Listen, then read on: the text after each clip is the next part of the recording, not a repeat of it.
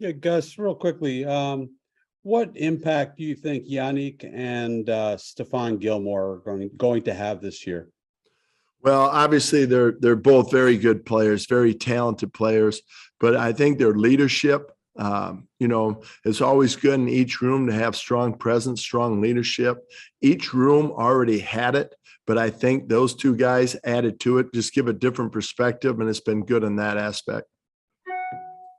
Thank you. James Boyd. Gus, what have you seen from Dallas Flowers and why he was able to make this roster? And what do you think he can learn from another undrafted guy like Kenny Moore II? Well, you know what, his skill set, he's a tall, long corner that can run. He's very, very good at the line of scrimmage. I think that what we saw in preseason is that he's also a good tackler. He won't turn down a hit. He won't turn down a tackle. So those physical traits jump out at us.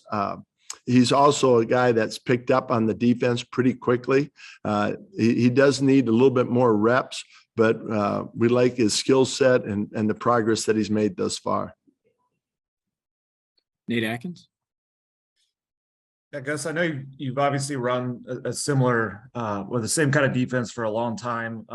Coming here, though, how much of this preseason in training camp was a chance to maybe learn the specific players here and maybe ways that they can accentuate or grow that type of defense? And how much more do you know about what you have now than when you started?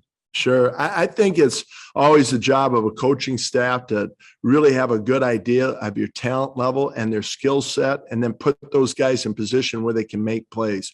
So although we have a base philosophy, I think it's been great being here with our offensive staff and Frank. They've challenged us in many ways to look at things differently. And also, that point of learning our personnel. So that combination, you might have a core philosophy, but there's some nuances that we had a chance to practice in training camp that, we didn't show as much, obviously, in preseason games. Mike Chappell. Guys, with it's sort of an awkward situation with Shaq, where you need to get him up to speed in case he plays, but maybe he doesn't play. Does it complicate your preparation to get a guy ready that may not play because he's taking reps away?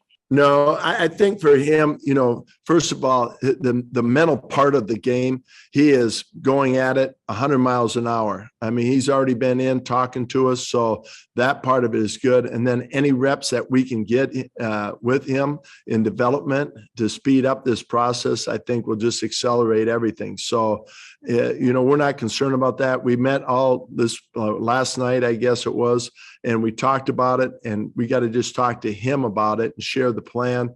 But I think everybody's pretty comfortable with what we have in place for him, and how to speed up this process for him, and also taking care of his health. Would you like to share the plan with us? No, you know what? We haven't talked to Shaq yet, so I don't think it'd be fair. We'll go a couple more here. Joel Erickson. Hey, Gus. What do you remember about Yannick Ngakoue when he was a rookie in Jacksonville, and how has he changed since then? Well, he's always been a very, very passionate player. I think I remember that he was driven when he first walked in the building, as far as the type of player he wanted to become, the type of professional he wanted to become.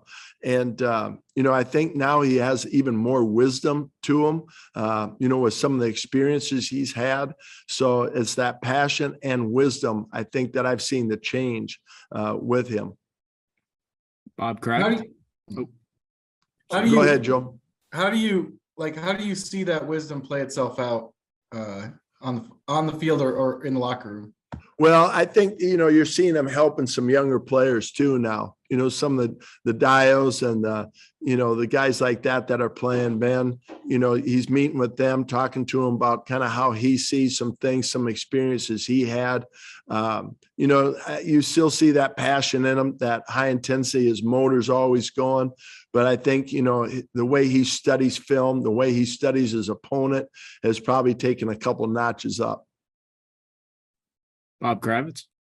Hey, Gus, in what ways has your defensive philosophy evolved over the years? And will this defense look quite a bit different from what you had in Seattle and the previous stops?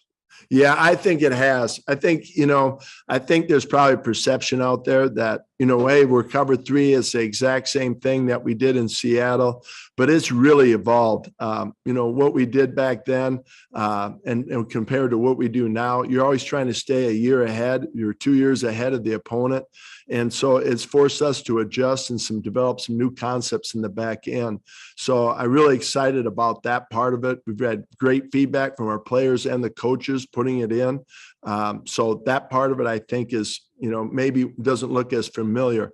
We're still aggressive on the perimeter, affecting the quarterback, taking the ball away. All those principles are very similar to what we did in Seattle. But some of the scheme things, you're going to see some different things. If I could follow up real quick, what are some of the positions that are going to have more responsibility than maybe we've seen in the past from Matt Eberflus?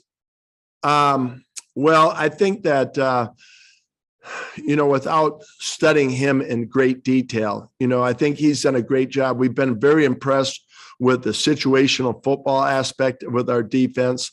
You talk to them about a few things, nuances, they pick up on things very quickly. There's a high football IQ, and we give credit to that staff, and to the players picking up that. So that part of it, we really appreciate. Now it's our job to add to that. So the differences, obviously there's a little different philosophy, single high versus split safety, but every defense in the league has split safety, single high, man, zone. Those, maybe they tweak it, how they coach it, they tweak it with the responsibilities of each player. But the general concept of, split safety, man, and zone is really prevalent throughout the league. Go last one here, George Bremer.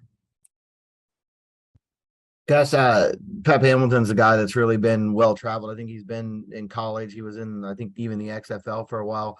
How do you handle that from a film study standpoint to try to meld all those different styles when you're going to face him in week one here? Well, they did a great job. They didn't really show much in preseason. They've got an outstanding offensive line coach, Coach Warhop, who's had a lot of experience.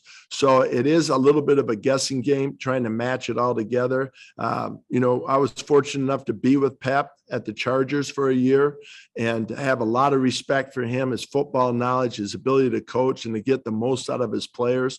And we're seeing that part of it on the offensive line and the running game. You see a physical nature, a team that believes in running the ball.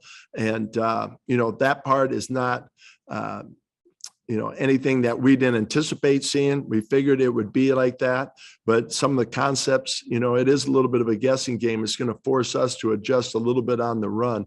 But we're looking at a lot of film we have all off season and into training camp, of different components, his background, all the way back many years ago with Coach Harbaugh. So, there's a little bit of some intrigue because of the unknown, where we're going to have to rely on our principles. And, that we had a lot of different looks in training camp, and we're going to, have to utilize those banked experiences from that for this game.